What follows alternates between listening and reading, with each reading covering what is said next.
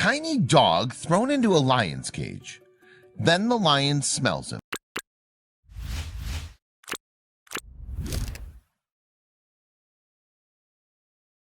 Everybody held their breath as they watched, mesmerized. It was an eerie feeling as the park went completely silent. He held tightly onto the leash, waiting to see what would happen, but ready for a quick reaction if things went south. Then the two pairs of eyes met and spent a few seconds sizing each other up. Finally, one of them made the first move. And what happened next was something no one could have predicted. Only a few months before, John Rinke had no idea he'd find himself in this situation. He just welcomed two feline cubs to his house. But these weren't your typical house cats. It was a tiger cub named Tony and a lion cub named Bone Digger. You see, John takes care of rescued young wild cats at his home in Wynwood, Oklahoma. Previously, he also hand-reared two tiger cubs called Tippy and Orlando. But this new pair was something special. John hand-fed Tony and Bone Digger formula and raw meat, groomed them, and played with them. And the two cubs, despite being different species, soon became like brothers. They loved frolicking around and play fighting with each other, and also with John. Tony was the more playful of the two and sometimes got a little too rough with John. But Bone Digger was always there to keep his feline buddy in check, snarling at him so he wouldn't hurt John. And there was a reason for that. Bone Digger was brought to John because he couldn't survive in the wild. He was born with a metabolic bone disease. This rare condition meant his bones would grow a little deformed and more brittle than those of a normal lion. Bone Digger would have to live his entire life in captivity and away from bigger, stronger animals that could hurt him. Thankfully, he'd found someone who understood what it was like to live with a disability, and that someone was named John. Long before he started taking care of big cats, John had always lived on the wild side. One day in 1994, he went bungee jumping. The trap door malfunctioned and he fell 55 feet to the ground.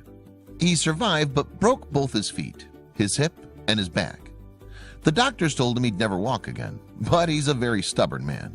Through physical therapy, he regained the use of his legs, but he kept suffering from infections, and soon he received some life-changing news. Both of John's legs were amputated at the knee, but this only made his resolve grow stronger. He started taking care of young wild cats, and soon it became his passion.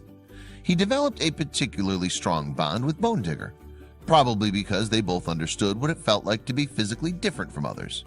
But these were big cats after all, and he couldn't keep them in his house forever. Luckily, there was a perfect place already waiting for him. Aside from taking care of young cats in his home, John also worked as park manager at the Greater Wynwood Exotic Animal Park. This would become Tony and Bone Digger's new home, where they'd have big grassy enclosures to roam and play.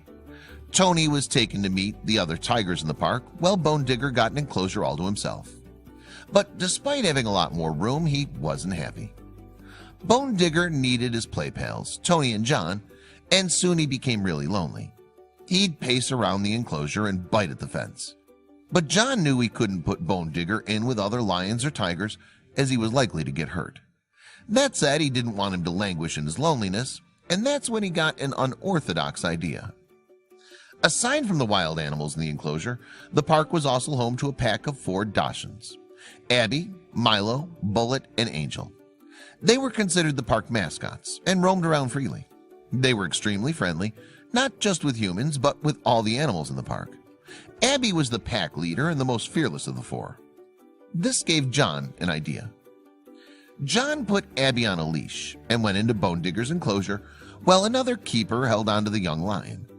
The two stared at each other for a few seconds until Abby started jumping around, clearly wanting to play with Bone Digger. Suddenly, the lion pulled away from his keeper.